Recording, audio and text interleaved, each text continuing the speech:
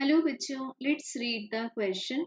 Two rods A and B of different materials are welded together as shown in figure.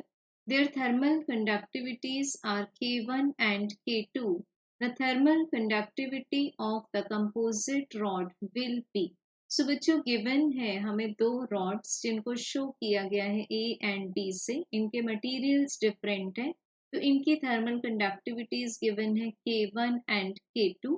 इनकी length equal है that is D. इनके ends के temperature है T1 and T2. Left and पर temperature है T1 and right and पर है T2.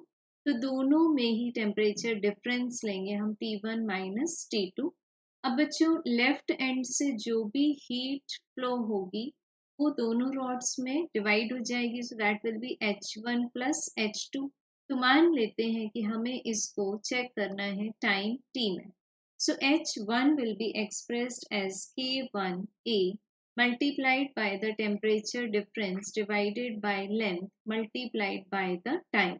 अब heat flown in second rod in time t will be K2A multiplied by T1 minus T2 multiplied by time divided by small d.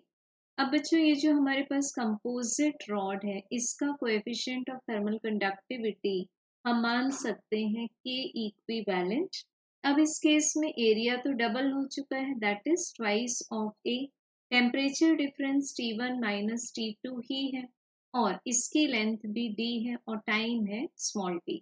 अब check करेंगे दोनों side से क्या cancel होगा. सो A T1 minus T2 T and D ये cancel हो जाएंगे. ये सभी कैंसिल हो गए हमारे पास में. These are also cancelled. तो बच्चों हमें यहाँ से मिल जाता है K equivalent equals to K1 plus K2 divided by 2. So composite rod की थर्मल कंडक्टिविटी आएगी दोनों रॉड्स के कोएफिशिएंट ऑफ थर्मल कंडक्टिविटी के मीन के. So correct answer is option number 4. Thank you.